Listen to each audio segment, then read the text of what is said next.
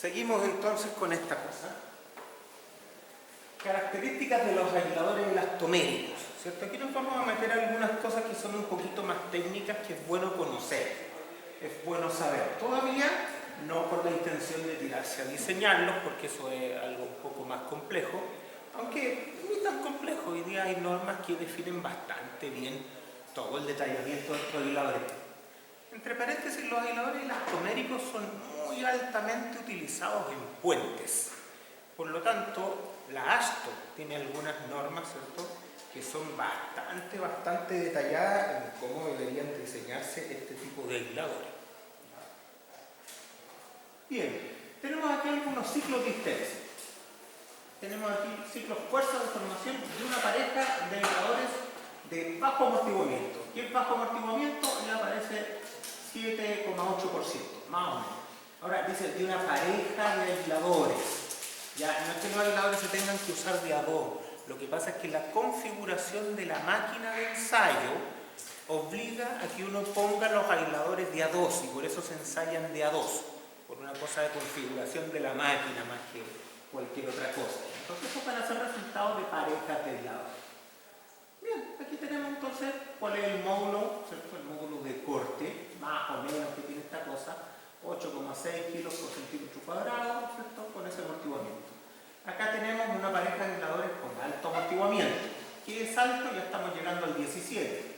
Alto, más que ese 8, ¿cierto? Entonces, aquí tenemos también un G que es mucho más bajo. En general, los G para estos elastómeros andan por ahí, 6, 8, 10, por ahí andan, por ahí se mueve más o menos el G. ¿Ya? Bueno, y las deformaciones laterales para las que se ensayan los aisladores, aquí se fijan, por lo menos 15 centímetros. ¿Se fijan? Estos son deformaciones del orden de la deformación de diseño. Ya que aquí son deformaciones grandes, o sea, por eso les decía que 20 centímetros acá es algo absolutamente normal. Quizás no vamos a llegar a eso en el diseño, pero sí en los ensayos sin ningún problema. Ahora, cuando veo un aislador elastomérico con corazón de plomo, aquí la cosa cambia. Se fijan que aquí el ciclo es claramente más gordito, ¿ya? No todos los ciclos son exactamente iguales, se fijan, ahí hay un efecto de la goma, ¿ya? Pero aquí estamos llegando, por ejemplo, a un amortiguamiento del orden del 30% en este ciclo gordito, y ese amortiguamiento lo entrega esencialmente el corazón de plomo, que es el que plastifica en corte. Entonces tenemos aquí amortiguamientos muy altos debido al corazón de plomo. Aquí, claro, todos estos ciclos de histéresis que me va a dar el ensayo, aquí yo no voy a ver la linealización equivalente, esa la tengo que hacer después yo, o en este caso tenía que hacerla antes para ver cómo andaba con estos resultados finales. ¿Ya? Pero aquí los invito a fijarse más que en cualquier otra cosa del nivel de amortiguamiento que uno puede llevar. ¿Ya? Y por eso que cuando uno realmente necesita amortiguamiento, se mete con el corazón de plomo. La linealización. Aquí, por ejemplo, hay una pareja de aisladores y está ciclado al mismo desplazamiento varias veces.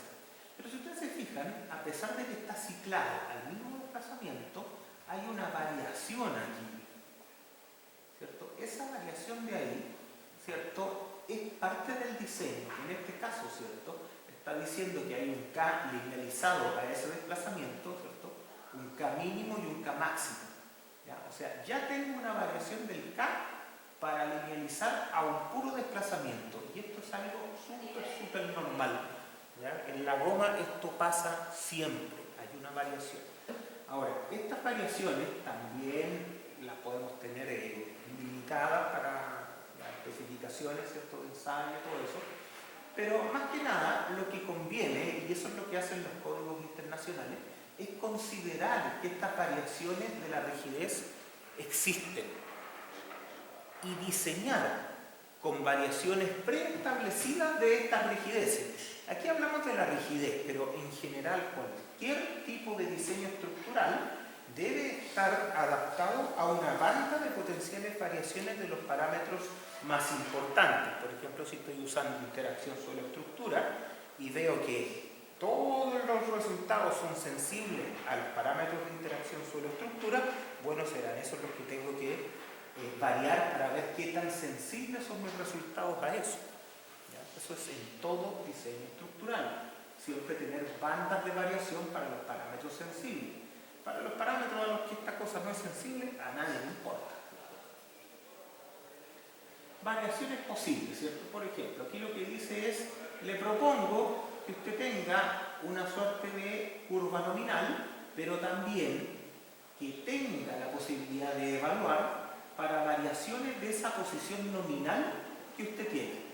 En este caso directamente el K, llevar los máximos y llevar los mínimos.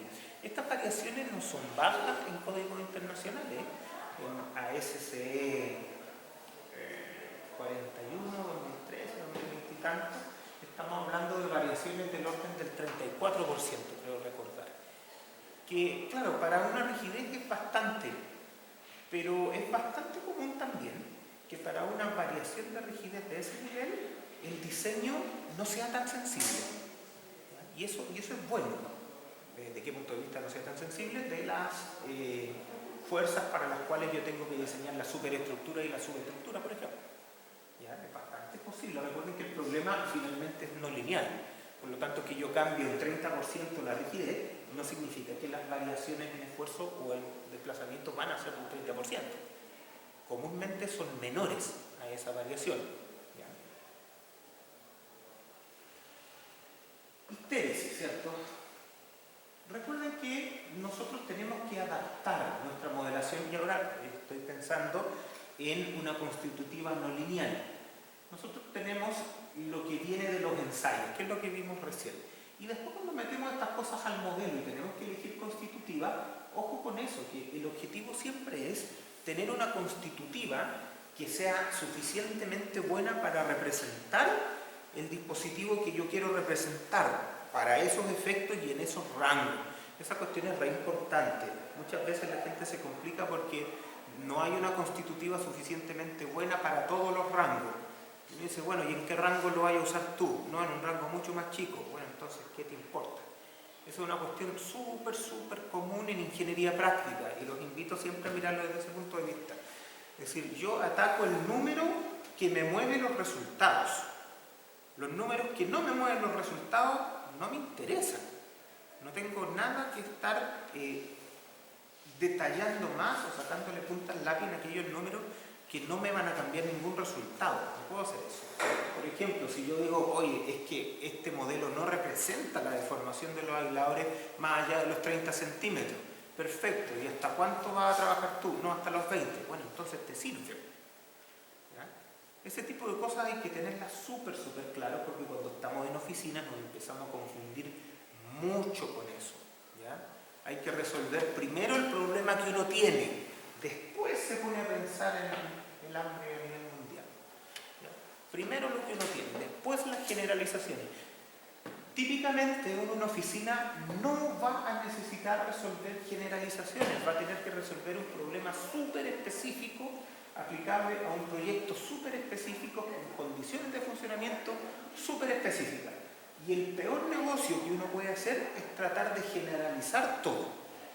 Eso es una muy mala política, por lo menos a nivel de proyecto. A lo mejor a nivel de investigación, ¿no es cierto?, podría ser otra cosa. Pero a nivel de proyecto, generalizar es una mala política. ¿Ya? Primero hay que resolver el problema que uno tiene. Aquí hay dos posibilidades, ¿cierto? Aquí se está planteando, por ejemplo, usar una constitutiva para representar esto que es bilineal inelástica, ¿cierto? Porque baja por acá. ¿Ya? Claro, una bilineal inelástica y se afirma o se ajusta bien a la del aislado de elastomérico. Parece que razonablemente sí. ¿Ya? Hay mejores. Por ejemplo, la azulita, ¿cierto? Es un modelo típico de Bueno, que bueno, con un montón de cuestiones, aisladores, disipadores de energía, un montón de cuestiones, que tiene una gracia. Y esa gracia es que la transición entre la rigidez inicial y la rigidez residual es suavecita, es con una curva. Bueno, yo puedo con los parámetros de ajuste de la curva hacer más chico ese radio de giro y todo eso. Pero esta curva es una gracia gigante, porque para los algoritmos de integración en el tiempo de estas cosas, tener una transición suave es mucho más eficiente que tener un quiebre de rigidez. Eso es un punto de discontinuidad, ¿cierto? Ahí tengo una discontinuidad en la primera derivada y la cuestión empieza a patinar. Entonces, esos quiebres son malos para la integración en el tiempo y esta transición suave es buena para la integración en el tiempo. Ahora, a mí me deberían servir ambas desde el punto de vista que se parecen al resultado de mis análisis de los ensayos, mejor dicho, histeréticos que les mostré. Pero matemáticamente uno es mejor que el otro. Ahora, ¿cuál se ajusta mejor?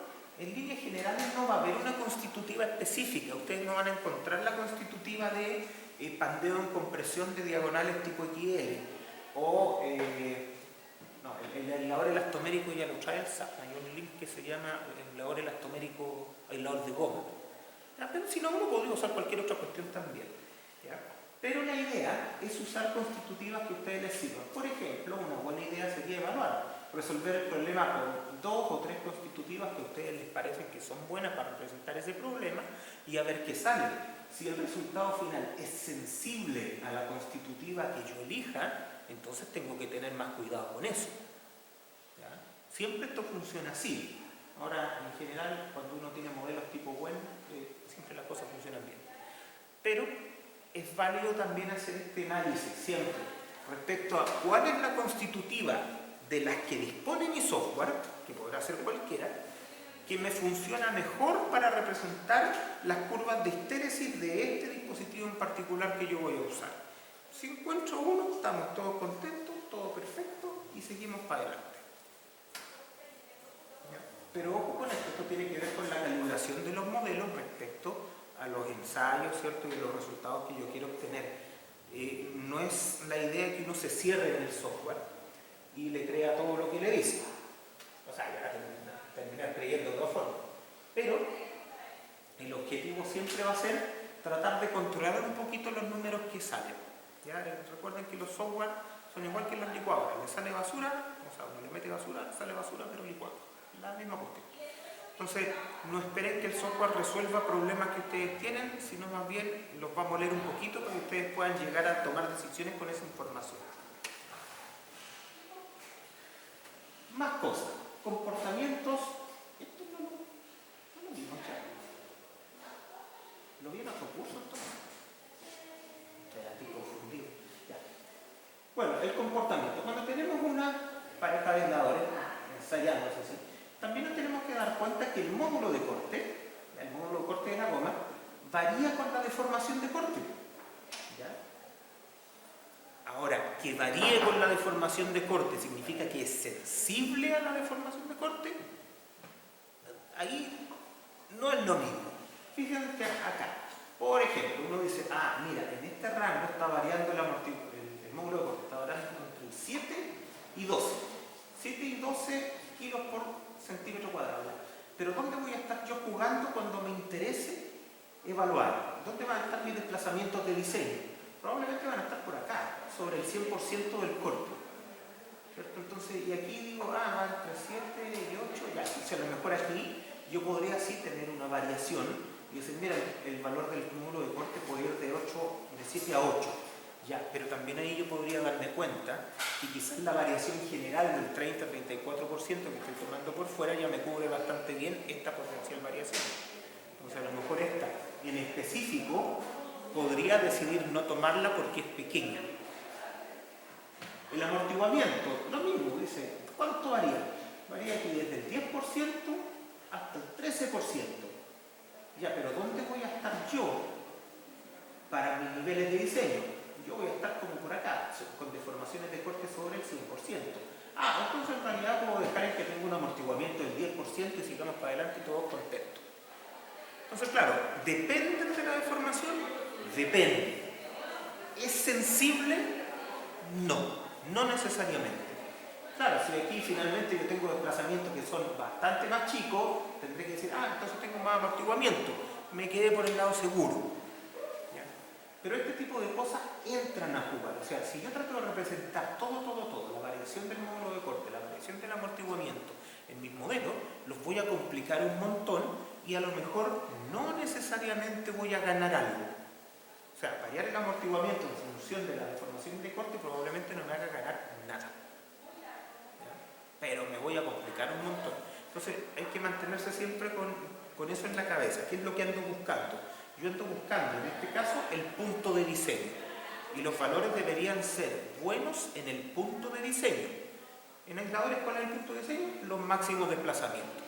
Listo. Entonces, que lo que pase acá en deformaciones chicas, yo lo estoy modelando mal, es cierto. Lo estoy modelando pésimo. Pero lo que pasa en deformaciones grandes, lo estoy modelando bien. Y a mí lo que me interesa es lo que pasa en deformaciones grandes. ¿Ya? Esa cuestión tiene que tenerla súper clara siempre, no solo un aislamiento sísmico, cualquier cosa que vayan a diseñar. Tengo que afinar donde voy a estar, no donde no estoy. Esto, un espectro que se ve muy feo, pero es muy útil. Este es un espectro, ¿cierto?, para hacer un análisis modal espectral de edificios aislados. ¿Cómo lo hacemos? Ponemos un espectro, ¿cierto?, que tiene acá en todos los periodos cortos un amortiguamiento general, ¿cierto?, que en este caso es del 5% porque es el amortiguamiento general de una superestructura no aislada. Y ponemos acá un espectro con amortiguamiento grande. ¿Por qué? Porque los periodos aislados están acá y los periodos no aislados, internos de la estructura, están acá. Entonces, claro, ¿dónde ponemos este quiebre? ¿Dónde hacemos el quiebre? Eso las normas lo proponen, ¿ya? Pero, básicamente uno dice, mira, ¿cuáles son los periodos aislados? Traslación en una dirección, traslación en la otra y el torsional. Claro, porque la gracia que tiene también un edificio aislado es que tiene periodos de vibración de cuerpo libre. Tiene 3. No tiene deformaciones internas importantes. Entonces va a tener esos 3 periodos. Y esos 3 periodos van a estar más o menos por aquí por los 3 segundos. Y los periodos más internos, ¿cierto? Segundo, tercero, cuartos modos van a estar por acá lejos. En esta zona no hay ninguna cuestión. Entonces uno hace estos espectros de manera que los periodos o los modos de vibrar de periodo corto que no movilizan la interfaz aislada van a caer acá, en su 5% interno. Y los periodos que movilizan la interfaz aislada, que son de periodo largo, van a caer acá. Entonces, esta cuestión funciona muy bien para hacer un análisis modal espectral linealizado. ¿Cierto? Como les decía la semana pasada, la linealización equivalente de la base. ¿Cierto? ¿Y dónde la meto? ¿Cierto? Aquí está. O sea, tengo acá el espectro general y acá lo divido por V. ¿Qué es V? V es la división o el factor de reducción por amortiguamiento.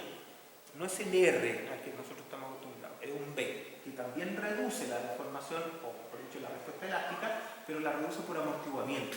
Aquí yo donde le decía, oiga, un amortiguamiento del 20% reduce más o menos la respuesta a la mitad.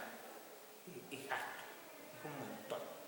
¿Ya? Ahora, ¿cuál es el error que a veces se da? Que la gente dice, no, mira, yo voy a poner todo el espectro para el 20%. Y uno dice, oye, la manzana, barra que... Sí, la verdad es que en la teoría está mal, no es riguroso. Pero en la práctica, y para una ingeniería básica, tampoco es tanto problema. Porque, ¿dónde creen que va a estar la masa? Y si uno tiene modo aislado, la idea es que esos modos, que son más flexibles, se lleven toda la masa. Entonces yo voy a tener casi toda la masa en los modos aislados. Entonces va a estar casi toda la masa acá. Y la masa que voy a tener en estos periodos de acá va a ser más pequeña. Por lo tanto, numéricamente voy a estar cometiendo un error más chico. Entonces, si bien lo correcto es esto, es hacer un espectro escalonado para hacer mi análisis modal espectral, en realidad si me quedo con el amortiguamiento de la base aislada, numéricamente no es tan terrible. O sea, como para tener una idea rápida, no es tan malo. Ahora si me equivoco al revés, ahí está todo mal. Si no reduzco por el B acá, me estoy comiendo el amortiguamiento del sistema de aislamiento, que es una cosa súper importante. O sea, ahí sí está todo mal. Una cosa que hay que conversar acá, si vale la pena, es que se acepta, y muchas personas lo hacen así, que al amortiguamiento de la base aislada se le sume el de la superestructura. ¿Qué significa eso? Que si yo la base aislada la diseñé para desarrollar un amortiguamiento del 20%, entonces tengo derecho a que aquí yo haga un espectro con un 25%, porque es en la base aislada más lo que tenía en la estructura. Hay algunos que no nos gusta eso por dos razones, ¿cierto? La primera es que los modos aislados no movilizan deformaciones internas importantes, por lo tanto ese amortiguamiento interno de la estructura no existe en esos modos. Por objetivo de diseño, por objetivo de desempeño, yo no quiero que se dañe la estructura internamente, por lo tanto es súper discutible si existe o no ese 5% precisamente en esos modos aislados. Mi posición es que no existe, por lo tanto no lo sumo y lo dejo en un 20%. Ahora, desde el punto de vista práctico, entre el 20 y el 25 no hay mucha diferencia. O sea, el número no es mucho, no gano, no es que esté cometiendo errores importantes. Ahora, claro, entre el 5 y el 20 sí hay una diferencia gigante. Entre el 20 y el 25 ya no es para discutir mucho, es más una cosa conceptual. El aislador como estabilidad. Este es uno de los puntos más importantes porque cuando uno vaya a hacer un análisis de este tipo de cosas, bueno, si hace un análisis modal espectral típicamente no va a incorporar efectos de segundo orden, y si hace un tiempo historia, lo más probable es que tampoco considere efectos de segundo orden. Por lo tanto, hay cosas que mi modelo no va a ver. Por ejemplo, mi modelo no va a ver este momento que aparece acá, ¿cierto? El momento derivado de la deformación del aislador lo va a ver, pero el momento derivado de que la compresión estaba aquí y ahora está acá, no lo va a ver. ¿Cuál es ese momento? Fácil, por P por delta. Por eso se llama P delta. Y eso yo lo tengo que mirar por fuera. Tengo que entender que eso está por fuera.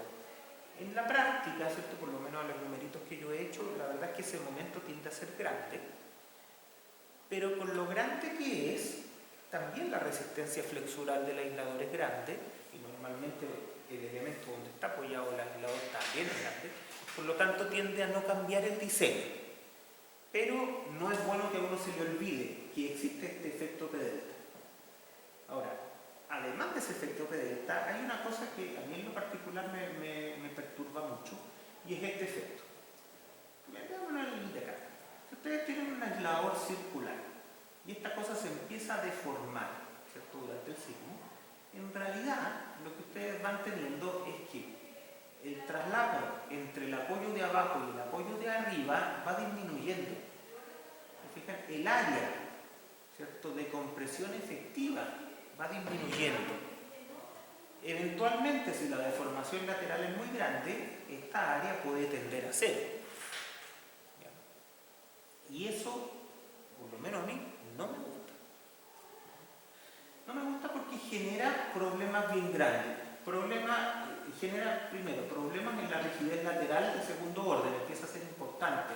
El aislador empieza a tener, por deformación horizontal, empieza a tener deformación vertical también. ¿Ya?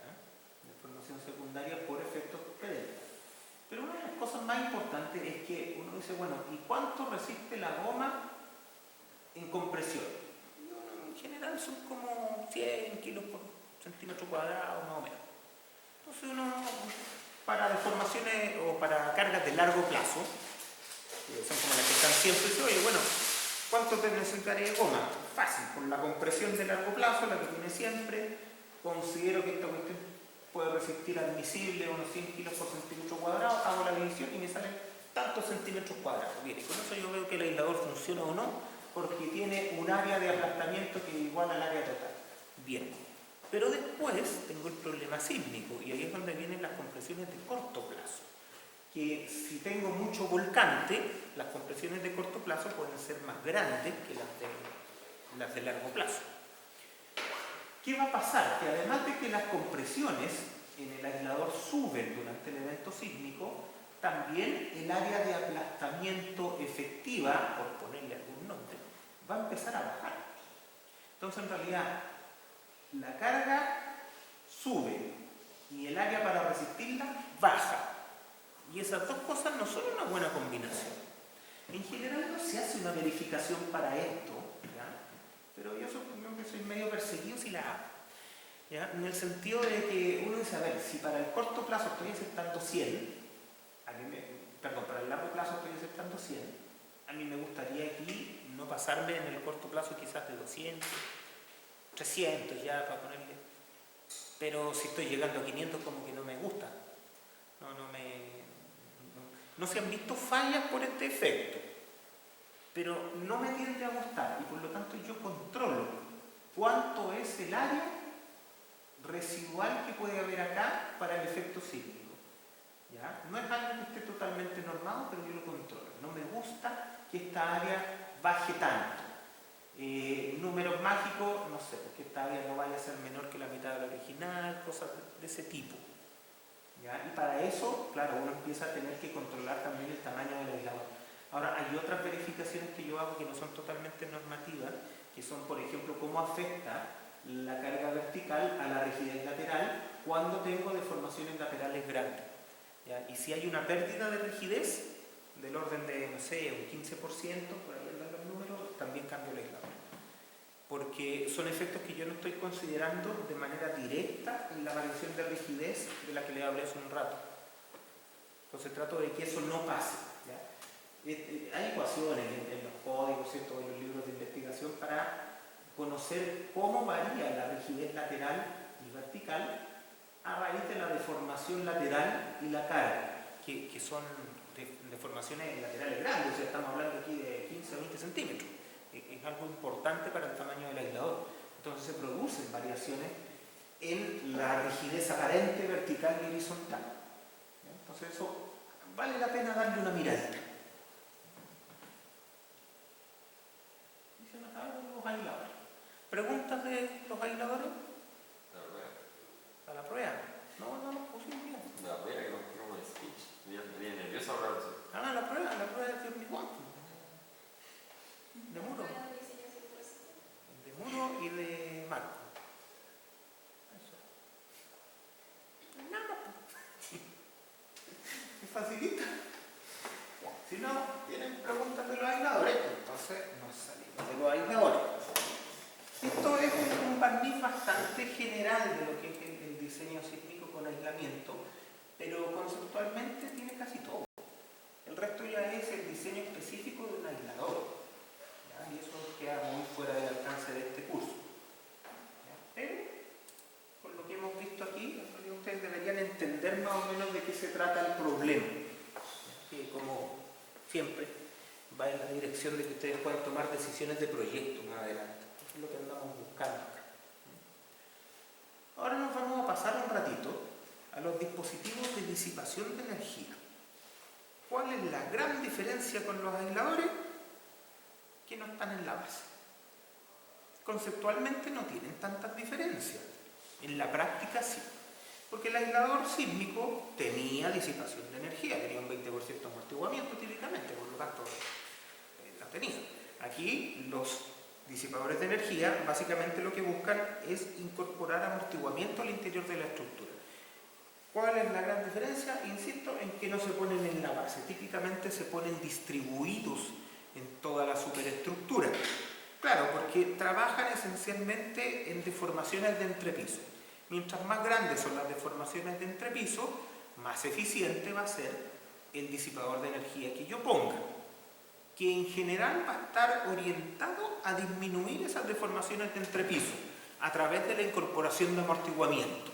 Y esos amortiguamientos pueden trabajar de distintas formas. Pueden trabajar en los mismos desplazamientos, pueden trabajar en velocidad, pueden trabajar en aceleraciones, tienen varias maneras de funcionar. Pueden ser disipadores de energía pasivos o activos. Los pasivos son los que uno los deja ahí y se olvida de ellos, y los activos son aquellos que pueden cambiar sus propiedades durante el evento sísmico, que es una cosa que yo jamás haría acá en Chile, porque seguro que se va a cortar la luz, alguna cosa, se le van a caer las baterías, alguien no le va a poner las pilas, entonces no. ¿Ya? Pero existen los disipadores activos, por ejemplo, uno de los más conocidos son los magnetorreológicos, ¿ya? Que son parecidos a los disipadores Taylor, que son los que yo les mencionaba, que funcionan con un pistón con aceite que atraviesa el pistón y ahí disipa energía. Y entonces, ¿qué es el magnetorreológico? Lo que hace es que este mismo dispositivo se pone en un campo magnético y la viscosidad de ese fluido va cambiando con el campo magnético. Entonces, la idea es que a través de la retroalimentación instante a instante durante el sismo, el computador decida cuál es la mejor viscosidad que debe tener ese disipador de energía.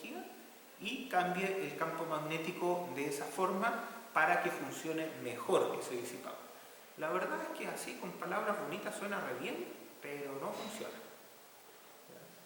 O sea, en la vida académica podría ser, pero en la vida real yo no lo pondría ni por si acaso.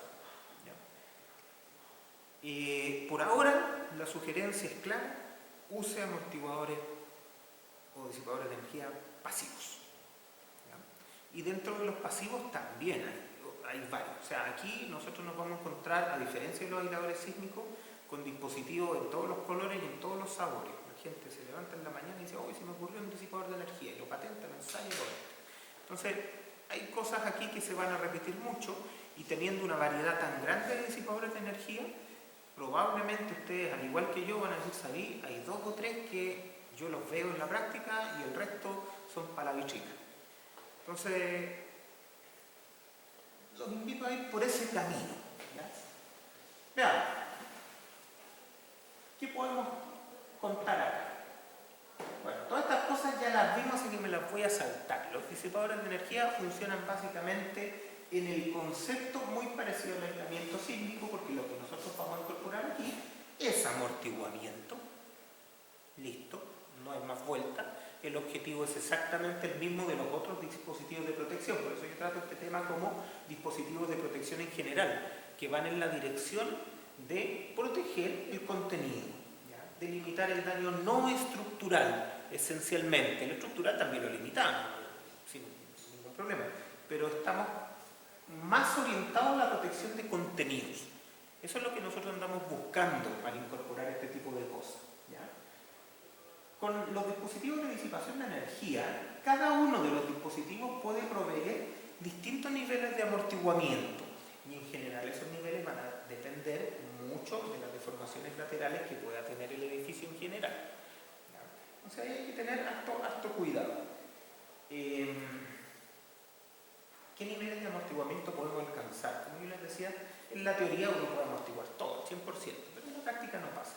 Con los aisladores sísmicos llegábamos al 30% como mucho.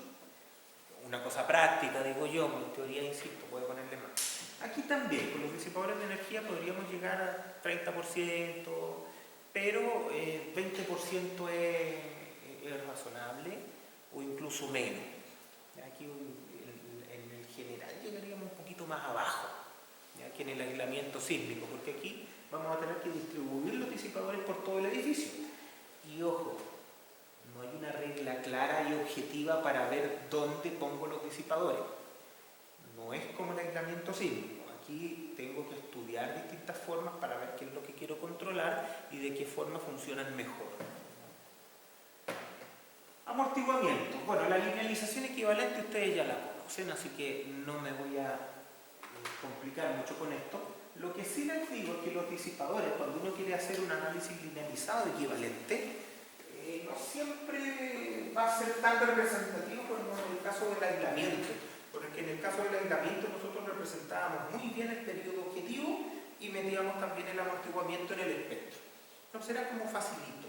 Aquí los disipadores de energía, algunos trabajan en desplazamiento, otros trabajan en velocidad, otros trabajan en otra cosa, otros varían con la frecuencia.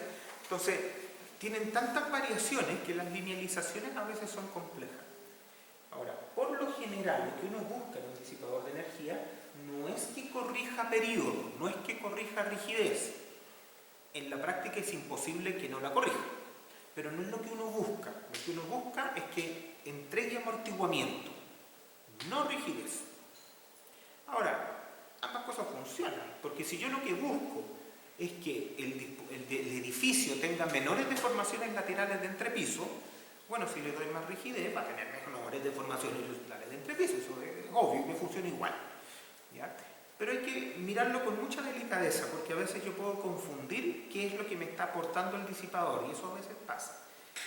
Es decir, mira, después del sismo yo veo los disipadores, o veo el edificio y digo: oh, mira, no tuvo daño o tuvo menos deformaciones de las que tendría sin los disipadores, entonces funcionaron.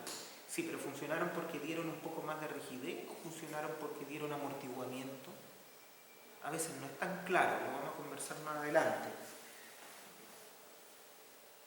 A diferencia del aislamiento sísmico, aquí lo que uno espera es simplemente bajar en la dirección vertical, metiendo amortiguamiento. Ese es el objetivo de estas cosas, amortiguamiento, por todos lados, por distintos orígenes, pero amortiguamiento al fin y al cabo. Eso es lo que nosotros buscamos en estos dispositivos. ¿Cuáles son los sistemas convencionales? ¿Cierto? Cuando nosotros buscamos, ¿cierto?, los fusibles de las distintas estructuraciones, y aquí tenemos el marco de momento de las riostras, ¿cierto?, lo que nosotros buscamos es que la disipación de energía venga a través de los fusibles estructurales, que ya hemos elegido, ya hemos estudiado, ya sabemos diseñar. Entonces de ahí va a venir la disipación de energía, con trabajo inelástico. Bien, eso es daño estructural, ojalá no me conduzca a daño no estructural demasiado importante, pero eso es daño. Los disipadores de energía pueden generar estas mismas cosas, pero controlando el resto de la estructura. Aquí, cierto, yo les muestro como sistemas más avanzados los arrastramientos excéntricos que tienen esa zona de link, que mientras sea recambiable es una buena idea, y están las riostras de pandeo restringido, que si bien en el ISC 341 son un sistema estructural, para nosotros en Chile son un sistema de disipación de energía explícito y hay que pasarlo por la NSH 3411, que es la norma de disipadores de energía para edificios. ¿Ya? No cubre los disipadores inerciales, pero el resto de cosas sí. Entonces, esto tengo que pasarlo por la norma de disipación de energía y la verdad es que para mi gusto eso está bien. Me ha tocado revisar diseños con disipadores de energía con plastificación de metales hechos con ISC 341 y la verdad es que el resultado final es bien malo. Ya, no es aceptable para un país tan sísmico como Chile, por lo tanto esto hay que usarlo, yo lo he usado para veces, pero hay que hacerlo bien. Esto ya hay que hacerlo con calma. Yo aquí no me metería derechamente con la linealización equivalente mucho tampoco. Esto ya es para hacer análisis tiempo-historia no lineal derechamente. No puedo sacar muy buenos resultados de la linealización equivalente. A lo mejor algo superficial, para que me dé una idea, pero no mucho más. Disipadores de energía, ¿cierto? Son para todas esas cosas. A diferencia, ¿cierto?, del aislamiento sísmico, que ya lo conocimos más o menos, aquí ¿cuál es la idea?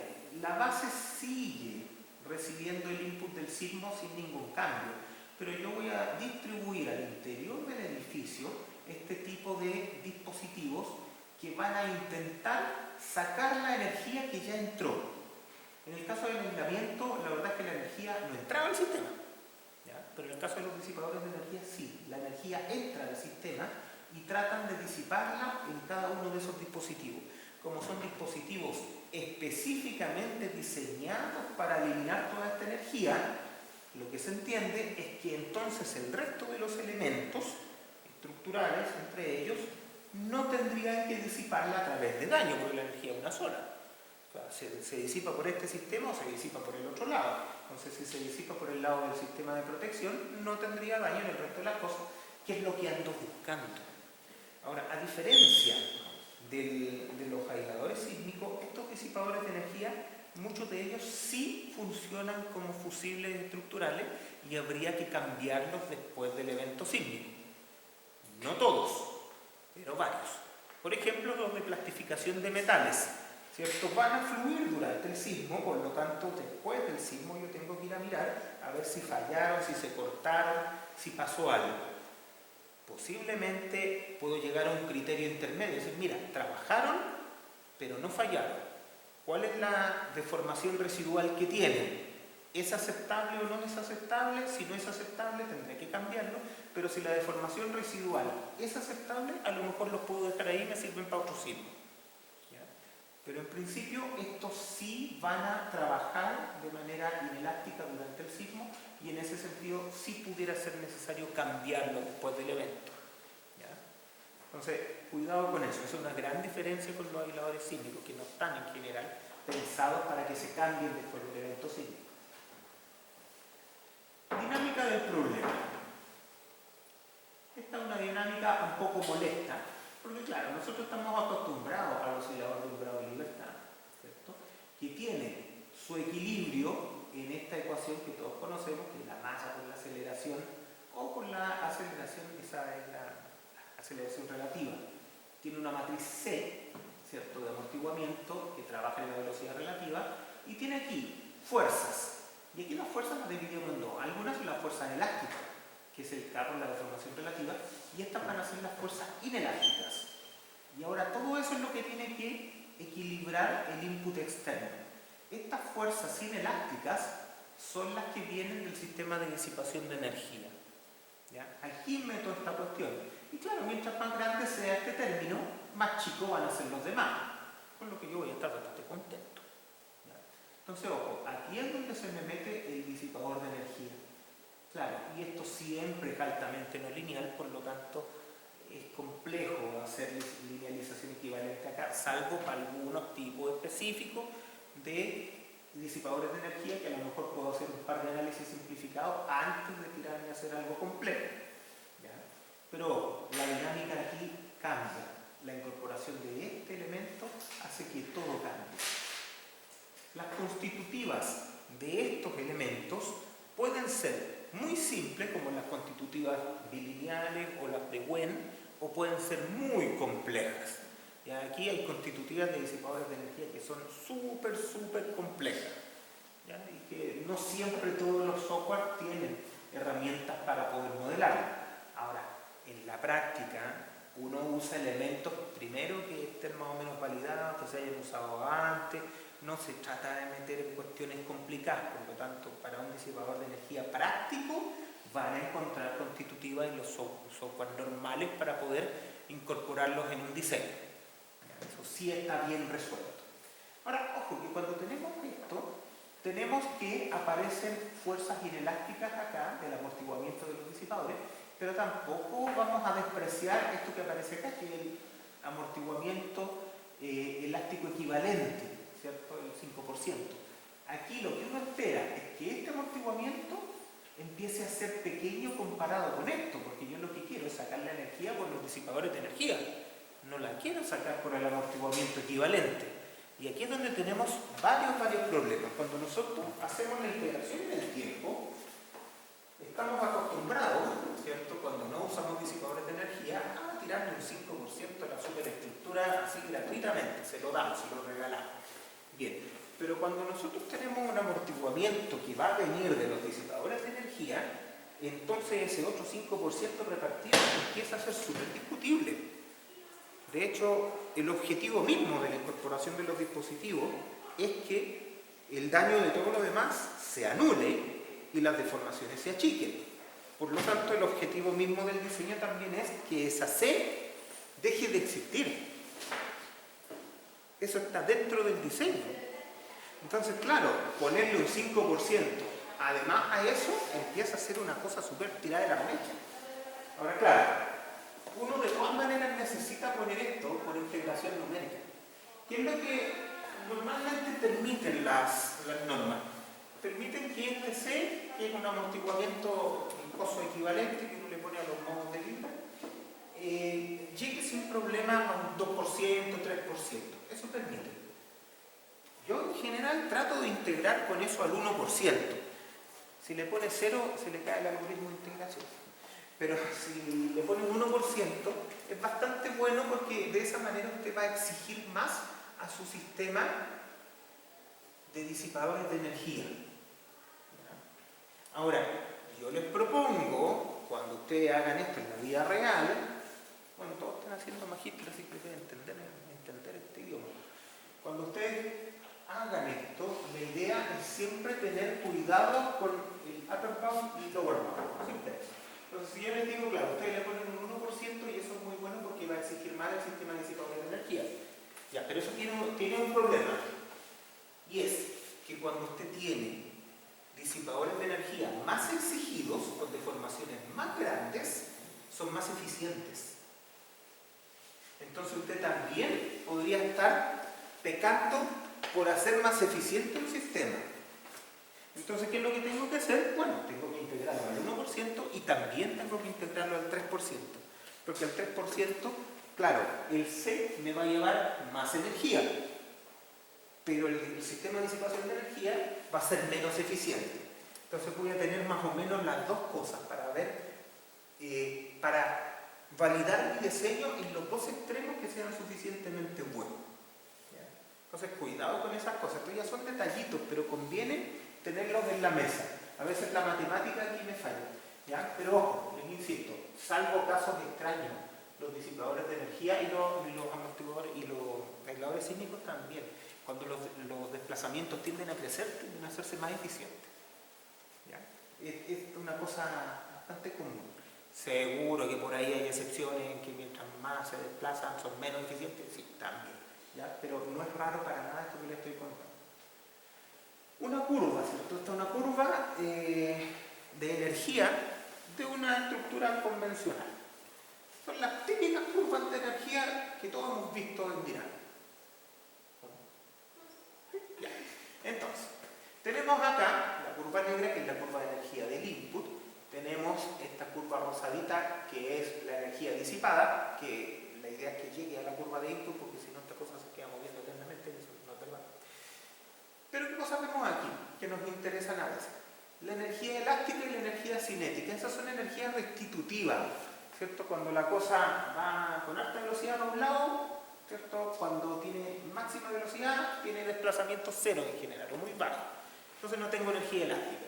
Y después cuando esta cosa tiene el máximo desplazamiento, no tengo energía cinética, pero tengo la energía elástica. Esas son restitutivas.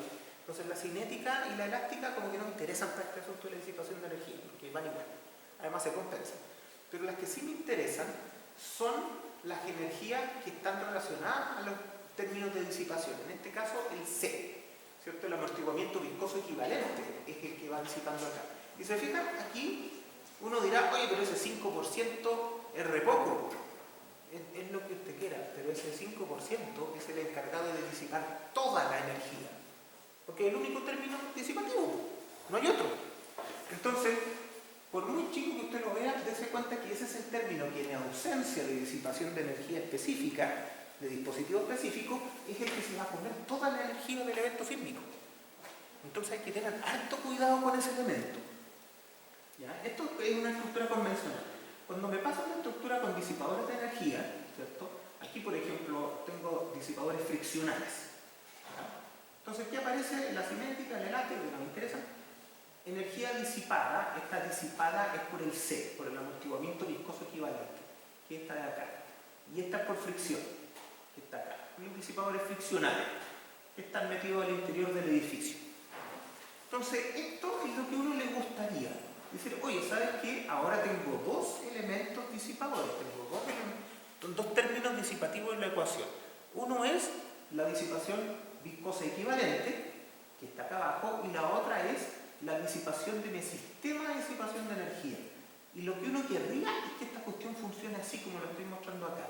Que estos términos disipen poquito y que estos otros términos disipen mucho.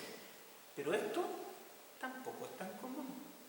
Si yo le pongo 5% a esto, no se sorprendan de que esta línea rosadita me quede por encima de la línea rojita.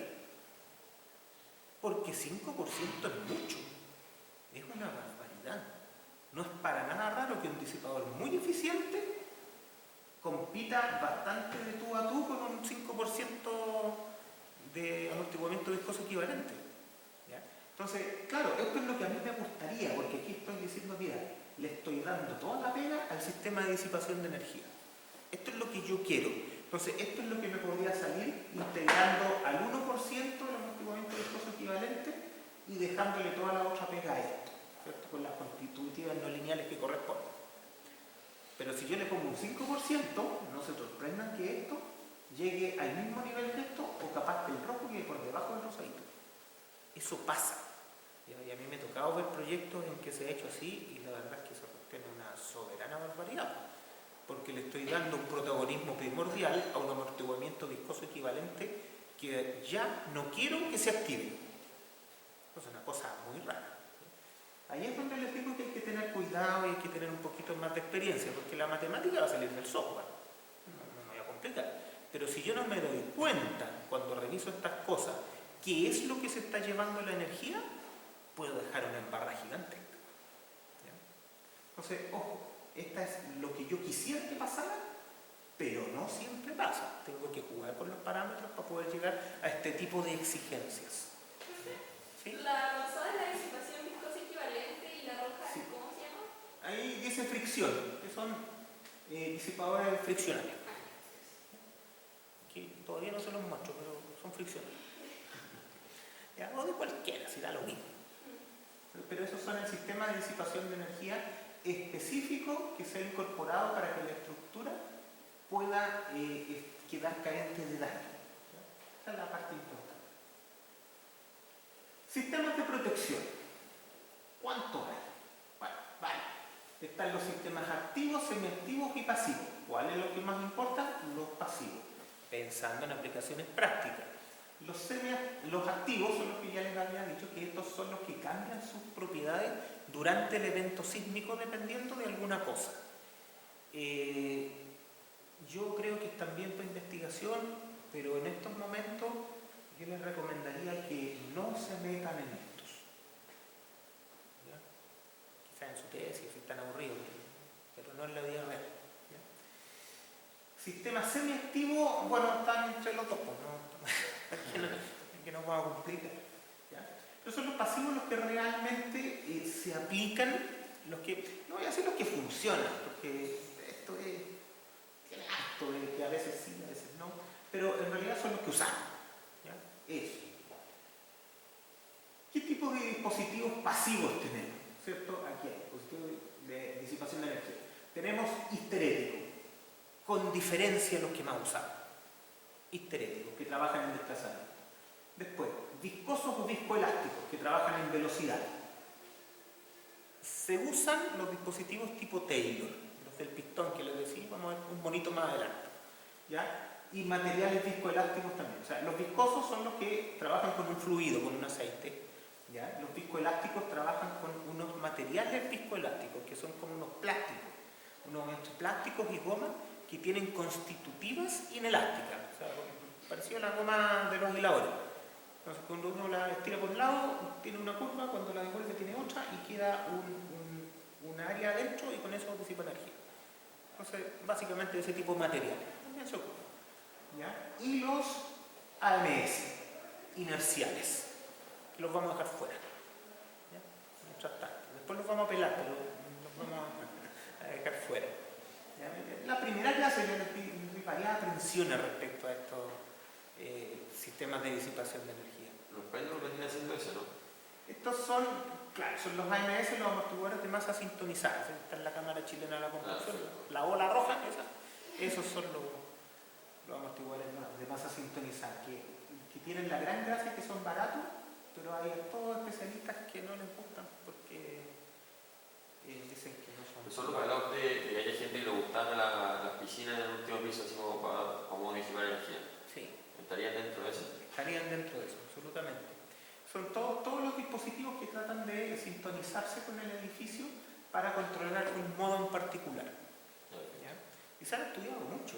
Hay hartas investigaciones respecto a amortiguadores de masa sintonizada con líquidos. Pero no hay ni lo puesto. Eso tiene una razón. Ya. Bueno, tenemos estos tres grandes grupos. Con diferencia, yo creo, en mi experiencia, y esto quizás es opinión, por acá está casi todo. Porque acá tenemos las platificaciones de metales, que es lo que se mete en todas partes. ¿Ya? Los viscosos no son malos, son buenos. El tema es que tienen sus detalles. Vamos a conversar. Bueno, ¿qué tenemos por acá? Histeréticos tenemos plastificación de metales y fricción. Plastificación de metal, ustedes saben, cualquier cuestión. El metal que se plastifique para algún esfuerzo. Corte, flexión, hacer lo que sea. Se plastifica y tenemos la típica curva, tensión de formación de un acero tipo máster. Y ya. Tiene que ser estable, eso sí, porque estas cuestiones si se pandean y se dan a la punta del cerro, no funciona. Entonces siempre es plastificación estable. Y los otros son los friccionales, que esos son bien intuitivos, no puedo decir nada. Son con fricción. Ya, planchitas unas con otras y las cuestiones cuando se mueven desarrollan una fuerza y por eso que disipan energía. Después, los viscosos y viscoelásticos, sólidos y fluidos. Los viscoelásticos, claro, son sólidos y los viscosos son los fluidos, que son básicamente los pistones. ¿Ya? ¿Dónde nos metemos nosotros? Por acá. Eso es lo más común. ¿Ya? Eso es lo más típico. Monitos para ver estas cosas, ¿cierto? Vean, un viscoelástico típico. Así, ¿se fijan? Tienen un pistón, tiene aceite, que cuando esta cuestión va para allá, el aceite va para un lado, cuando se comprime el aceite va para el otro. Y claro, cuando esto se mueve lento, no hay reacción, ¿cierto? Pero cuando se mueve rápido, ahí hay reacción, ¿cierto? Y típicamente estos pistones, ¿cierto? Líquidos viscosos, disipan la energía mediante calor. Ya se va calentando ese líquido, a veces esa misma temperatura hace que cambie la viscosidad, ¿cierto? Y hay que considerarlo en el diseño. Ahora, no es tan importante, pero como son dispositivos que trabajan con aceite o con líquido, necesita un cambio de aceite de vez en cuando. Yo tengo duda que aquí en Chile no hagamos. Por eso que esas cosas me dan un poquito de susto. Ustedes le preguntan a un académico y le dicen, no, bueno, ¿cómo se te ocurre? No, son los mejores. Sí, yo tengo mi aprecio. Les digo, prefiero todavía aquellos dispositivos con los que no hay que hacer nada, aunque no sean los mejores, pero sí prácticos. Bueno, aquí tenemos las constitutivas y la forma de modelarlo, pero no me voy a meter en eso. Viscoelástico sólido. Ahí están esos elementos, por ejemplo. Pueden ser unas gomas de alto amortiguamiento. Y claro, cuando se produce el movimiento, esta cosa va disipando energía. Están bien escritos. Después tenemos aquí, estos son los hadas. Después vamos a ver un detalle de esto. Esto ya es para plastificación de metal. Por ejemplo, aquí hay una barrita, no, estas son planchas. Planchas que están paraditas, entonces cuando esa cosa se mueve para el lado, plastifica las planchas en flexión. Y esa plastificación genera disipación de energía. Estas son las BRB, que las vimos en su momento, también son consideradas disipadores de energía por plastificación de metal. Y después vienen los de fricción, que básicamente es una plancha entre medio de dos planchas que tienen un perno, y esta cosa entonces genera roce con las planchas y eso disipa energía. Entonces tiene básico, y hoy día esto está súper bien estudiado, entonces se ocupan harto, porque antes uno pensaba, oye, pero ¿cuál será la distribución de la fricción acá? ¿Cómo podré garantizar yo un nivel de fricción y no otro? Pero hoy día eso ya te tiene bastante resuelto y podemos predecir bastante bien cuál es el factor de fricción que tenemos ahí. Disipador viscoso. ¿Ya? Aquí tenemos un edificio, ¿cierto? El edificio de LAN, ya que entiendo que está por acá cerca, que lo diseñaron con una forma de ala. O eso me dijeron a mí. Pero, si ustedes se fijan aquí, el núcleo está acá. Ahí está el núcleo de ascensores, escaleras, muros, y todo lo demás es planta libre. O sea, esa cuestión. O sea, no sé, ya no voy a ser la mejor. Pero no estructuralmente no es lo mejor, ¿cierto? Tener ahí el punto duro en una esquina como que no funciona. Ya, entonces alguien dijo, ya, pues, usemos disipadores de energía entonces acá, para controlar la tremenda torsión que va a tener esto, evidentemente, ¿cierto? Y eso fue lo que utilizaron, y lo utilizaron de esta forma, ¿se fijan? Aquí está acumulando el drift de 2 pisos. Claro, porque si yo acumulo el drift de 2 pisos, se hace más eficiente el disipador de energía. En general se habla de que la disipación de energía tiene una eficiencia que es al cuadrado del desplazamiento. Entonces, si yo junto 2 pisos, tengo el doble de desplazamiento, tendré una eficiencia de 4 veces respecto a uno solo. Entonces, tiene sentido. Entonces, aquí tienen los disipadores. Aquí tiene uno, aquí tiene otro, ¿cierto? Trabajan como pistones horizontales, ¿cierto? Y tienen esta forma. Estos son los típicos disipadores de energía tipo Taylor que funcionan con líquidos viscosos. Cuando yo les hablaba de los disipadores de energía magnetorreológicos, son exactamente igual a estos algunos, pero a través de un campo magnético cambian la viscosidad del fluido al interior segundo a segundo. O eso dicen. O sea, lo mismo que hace el otro, no lo hacemos temperatura. No, lo que pasa es que la viscosidad se actualiza con el campo magnético durante el evento sísmico. Constantemente. Y eso, claro, eso está controlado instante a instante. Por eso que, Pero ese es el computador que funciona en uno atrás. o sea, se corta la luz y la jodió, Chao. se dan las baterías. Y son cosas que aquí pueden pasar. ¿Ya? Qué bárbaro. O que alguien se roba el computador y ya sonó. Y la cosa es... Made in Chile. Por eso que hay que guardar cierta distancia con lo que funciona en el papel y lo que puede pasar en la realidad.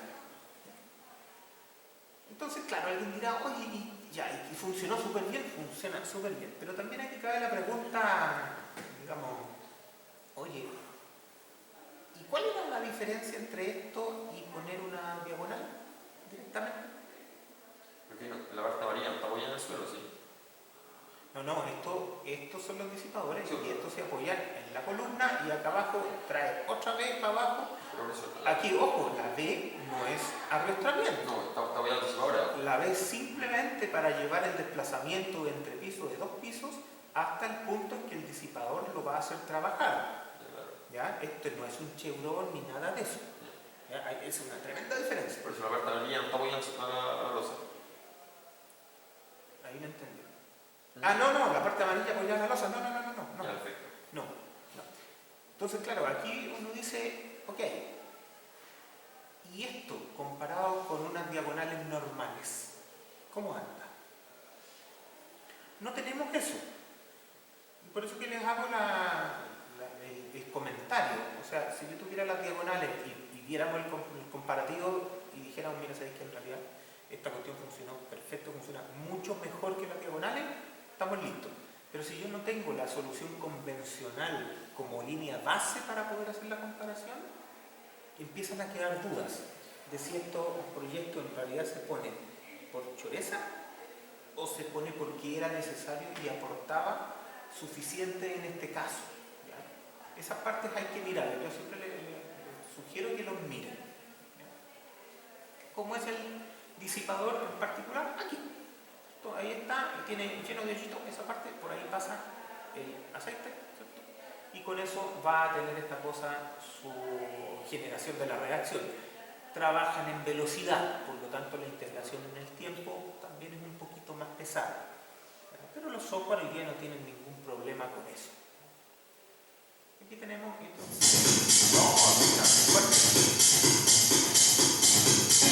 Estaba la disco.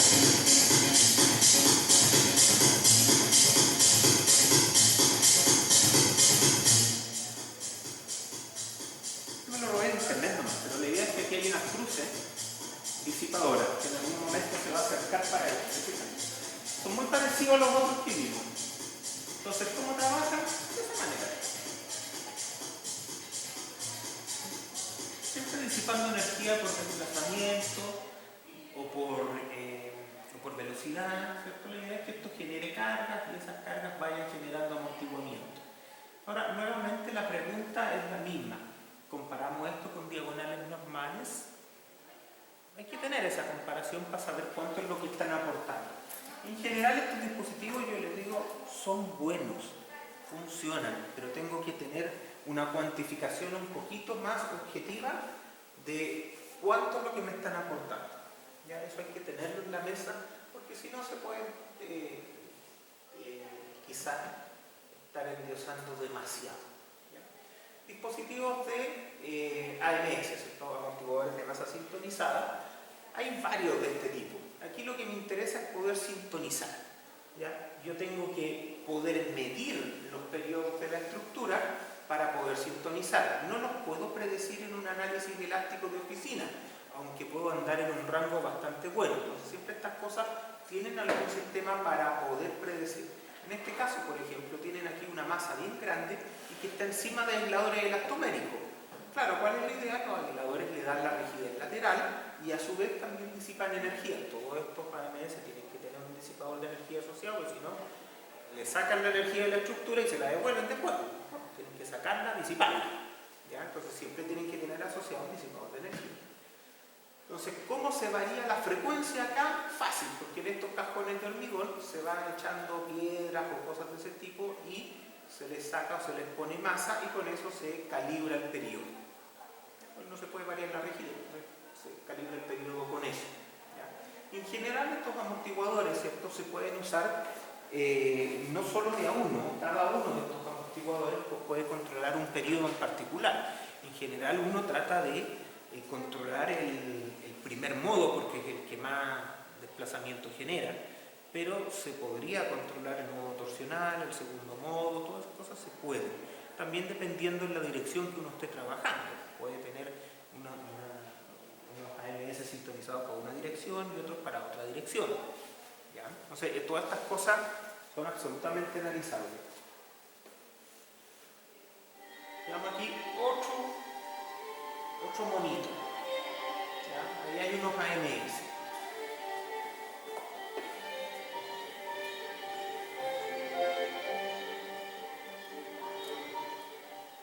Que justo no son como el de la Cámara Chilena de la Reconstrucción, ¿cierto? Son de otro tipo. Pero son AMS al fin y al cabo. Cualquier cosa que yo tenga que sintonizar, ¿cierto?, cae en lo que es una AMS.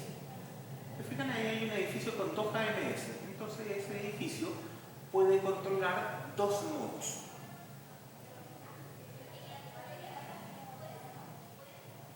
Ahora, si están en el techo, uno se aventura a decir, oye, esos están controlando el modo principal o también la torsión. Porque si yo quisiera controlar el segundo modo, a lo mejor querría poner el AMS donde el segundo modo genera las mayores deformaciones horizontales, que es más o menos la mitad de la altura del edificio, ¿cierto? Entonces ese podría ser un mejor lugar para poner un AMS que controle el segundo modo. ¿Ya? Pero bueno, típicamente usamos uno, lo usamos para controlar el primer modo relacional en alguna de las direcciones. Los AMS, ¿cierto?, trabajan muy bien en la disminución de las deformaciones laterales, pero tienen una eficacia limitada. Sistemas de protección pasivo.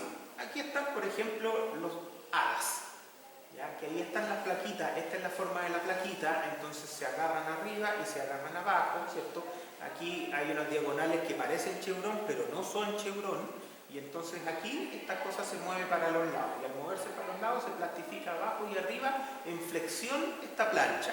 Aquí están las fotos con unos de cobre, porque el cobre con cierta pureza ya podía predecir todas las deformaciones.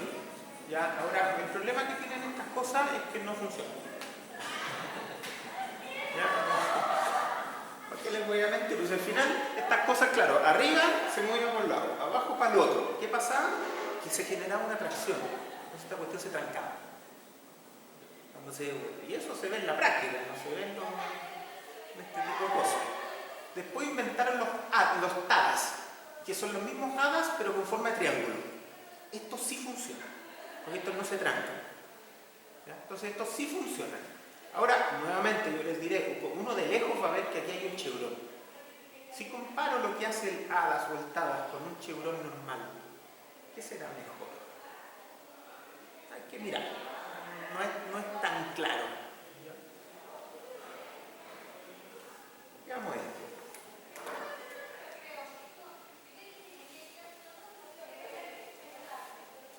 Este es un edificio, ¿cierto?, con disipadores de energía también. Nos vamos a acercar un poquito a ver qué es lo que tiene. Tiene diagonales, pero si se fijan, esas diagonales no son diagonales. Son elementos para soportar la placa superior y la placa inferior. A través de ese cruce de diagonales no pasa compresión.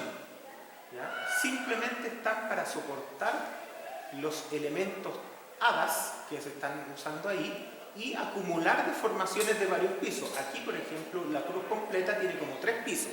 Por lo tanto, yo acumulo la deformación relativa de 3 pisos y la hago trabajar en el disipador de energía. Ese es el objetivo de esto. ¿Ese era HADAS? Este era un TADAS. No, era HADAS, era sin la... no era triangular. ¿No era triangular? HADAS. No, ya, sí. El edificio titanio. Con esto yo creo que ya estoy terminando. El edificio titanio, ¿cierto? Nos vamos a meter ahí en las patas de los caballos. El edificio titanio que para el 27F, ¿cierto?, se dijo que el sistema de disipación de energía trabajó espectacular. Este es un edificio, ¿cierto?, que era uno de los niños símbolos de los disipadores de energía, que en esos tiempos se hablaba de que la torre fue diseñada sin la necesidad de los disipadores la idea es que se le pusieron estos disipadores como una manera adicional de limitar el daño no estructural. Esa era la idea. O sea, este edificio debería haberse portado relativamente bien sin los disipadores de energía, ¿ya? Pero se pusieron. Estos son disipadores de energía muy parecidos a los ADAS, son canales de plastificación, ¿ya? Que son un disipador no tan común, ¿cierto? Ya se los voy a mostrar, ¿cierto? Entonces aquí una empresa los puso, ¿está? Y siempre se habló de que estos disipadores funcionaron perfectos para el sismo. Yo creo que vale la pena conversarlo un poco, ¿ya? Aquí está la baja en los desplazamientos, una cosa extraña porque se dice que son las mediciones, sí, pero no se puede medir lo que no pasó contra lo que pasó, es una cosa un poco rara, ¿ya? Pero digamos que esto es el esperado, ¿ya? Que bajen las deformaciones. En general se pueden bajar las deformaciones un 30% fácil con la disipación de energía, y ahí uno verá si es lo suficiente o no. Pero hay un tema. Siempre se dijo que estas canales, cuando se fueron a inspeccionar por los especialistas, siempre se dijo que las canales se habían portado perfecto y ni siquiera se le había salido la pintura. ¿Qué significa eso? Que no trabajaron. Esa es la única... Es la única interpretación y ahí hay que tener cuidado. Yo no quiero decir que no sirvan, ¿ya? Aunque espero que lo concluyan. No, es que esto, lo que quiero decir es que no se puede decir que no sirvan, porque evidentemente sirven. Lo que digo es que la interpretación en ese evento a lo mejor no fue la mejor. Esas canales más soldadas Más soldadas arriba y abajo. Entonces, claro, ¿cuál es la idea? Que plastifiquen, que se muevan para un lado, para otro, que estas cosas plastifiquen. Plastificar en los elementos aceros que se le caiga la pintura, lo primero. Y con eso, ¿cierto? Después yo voy a saber y la voy a sacar y voy a poner otra. Todo perfecto. Pero esta no fue necesario cambiar. ¿Qué significa eso? O que no trabajaron o trabajaron poco. Por lo tanto, uno diría, ¿sabéis que el efecto de disipación de energía no se activó al nivel que uno esperaría? Ahora, tampoco hay que decir, oye, no aportaron nada. No, porque como les decía, las deformaciones laterales bajan por dos motivos, por la disipación de energía y por el aporte de rigidez. Por lo tanto, estos disipadores probablemente sí aportaron rigidez adicional. Profesor pregunta, al no trabajar esos disipadores, ¿funcionarían como una especie de chevron, ¿no? Al quedar rígido? No, porque los elementos diagonales que están agarrando esto son elementos muy robustos y de todas maneras toda la deformación se concentra en este sector. Entonces no trabaja como un chevron, no es disipación de energía en los elementos diagonales. Pero lo que quiero decir acá es que, claro, si los elementos no plastifican claramente, no aportaron amortiguamiento, pero sí pudieron aportar rigidez. Entonces, desde ese punto de vista, sí sumaron, pero no por la disipación de energía. ¿Se dan cuenta de la sutileza a la que voy? O sea, decir que aportaron es correcto. Decir que como disipadores de energía lo hicieron todo, no. ¿Cómo son? Así. Y tienen estos ciclos de histéresis tan bonitos. Lo que yo creo, y me puedo equivocar, si soy un simple profesor universitario, yo creo que trabajaron en la zona más cortita de menores desplazamientos y generaron una rigidez horizontal adicional que aportó a la disminución de desplazamiento. Sí. Plastificación importante. No me parece, porque estos elementos al plastificarse lo primero que hacen es perder la pintura. Y si se plastifican mucho también hay que cambiarlo. Entonces, en ese sentido, yo creo que hubo una error de interpretación. Veamos aquí un video, ¿cierto? Que hizo la empresa Sirve sobre qué le pasa a este edificio. O lo que le podría pasar, ¿cierto? Este video se lo voy a Sirve directamente. Un poco exagerado a veces, pero ustedes entienden cuál es la idea. ¿Cierto? Y ahora me quito los pantalones.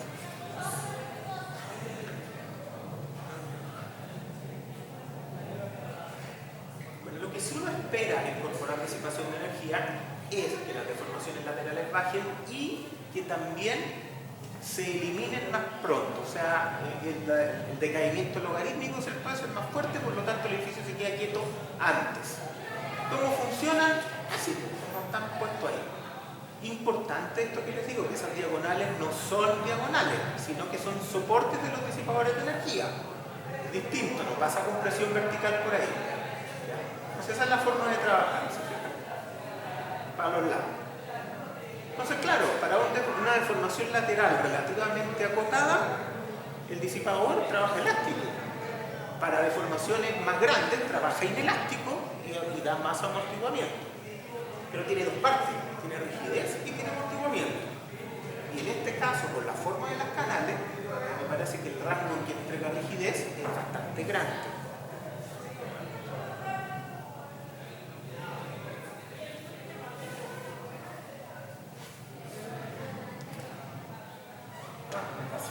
Ya, lo vamos a dejar hasta aquí por el día de hoy. Y eso, nos vemos. De tarde. No, yo no vengo.